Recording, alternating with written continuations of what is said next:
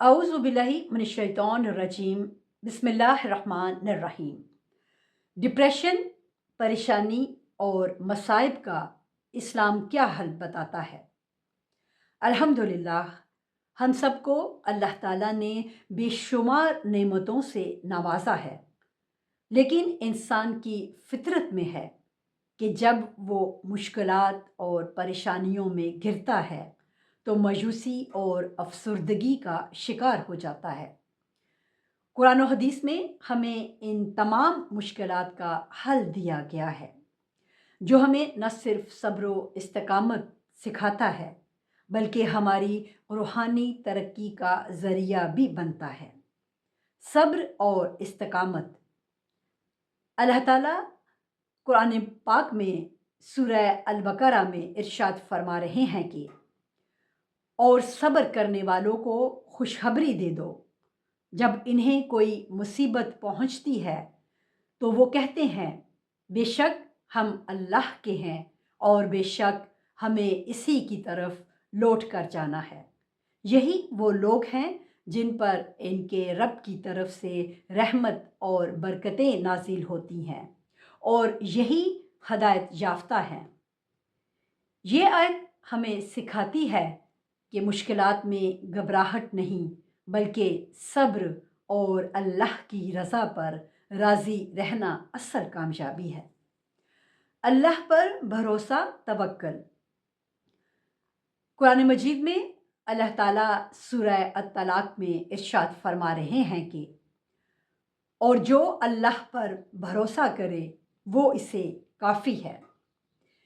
یہ آیت ہمیں یقین دلاتی ہے کہ اللہ پر کامل بھروسہ رکھنے والا کبھی نامراد نہیں ہوتا۔ اگر ہم اللہ پر بھروسہ رکھیں، دعا کریں اور مثبت رویہ اختیار کریں تو پریشانیاں خود بخود دور ہو جائیں گی۔ دعا اور ذکر الہی۔ رسول اللہ صلی اللہ علیہ وآلہ وسلم سورہ رعد کی یہ آیت ارشاد فرماتے ہیں کہ خبردار، اللہ کے ذکر سے دلوں کو سکون ملتا ہے۔ جب ہم اللہ کی یاد میں مشغول ہوتے ہیں، دعا کرتے ہیں، قرآن کی تلاوت کرتے ہیں اور استغفار کرتے ہیں تو ہمارے دل کو سکون ملتا ہے اور ہماری پریشانیاں ہلکی محسوس ہوتی ہیں۔ نماز کی پابندی۔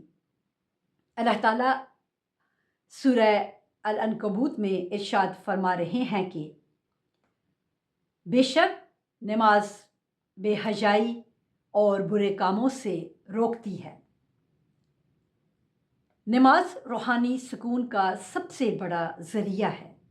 جب ہم نماز پڑھتے ہیں تو ہمارا دل اللہ سے جڑ جاتا ہے، ہماری فکریں کم ہو جاتی ہیں اور اللہ کی مدد ہمارے ساتھ شامل حال ہو جاتی ہے۔ مثبت سوچ اور شکر گزاری۔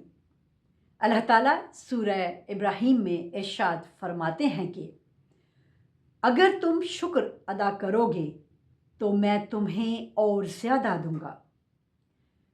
شکر گزاری ایک ایسا عمل ہے جو انسان کو نفسیاتی سکون دیتا ہے اور مایوسی سے بچاتا ہے۔ جب ہم اپنی زندگی کی نعمتوں پر غور کرتے ہیں تو ہمیں اندازہ ہوتا ہے کہ اللہ نے ہمیں کس قدر نوازا ہے۔ ڈپریشن، پریشانی اور مصائب کا بہترین حل قرآن و سنت میں موجود ہے۔ ہمیں صبر کرنا، اللہ پر بھروسہ رکھنا، دعا اور ذکر الہی کو اپنا معمول بنانا، نماز کی پابندی کرنا اور مثبت سوچ اپنانا چاہیے۔ یاد رکھیں، مشکلات میں کے بعد آسانی آتی ہے اور اللہ اپنے بندوں کو ان کی استطاعت سے زیادہ آزمائش میں نہیں ڈالتا۔ اللہ ہمیں ہر پریشانی سے نجات دے اور ہمیں صبر اور ہدایت عطا فرمائے۔ الہی آمین۔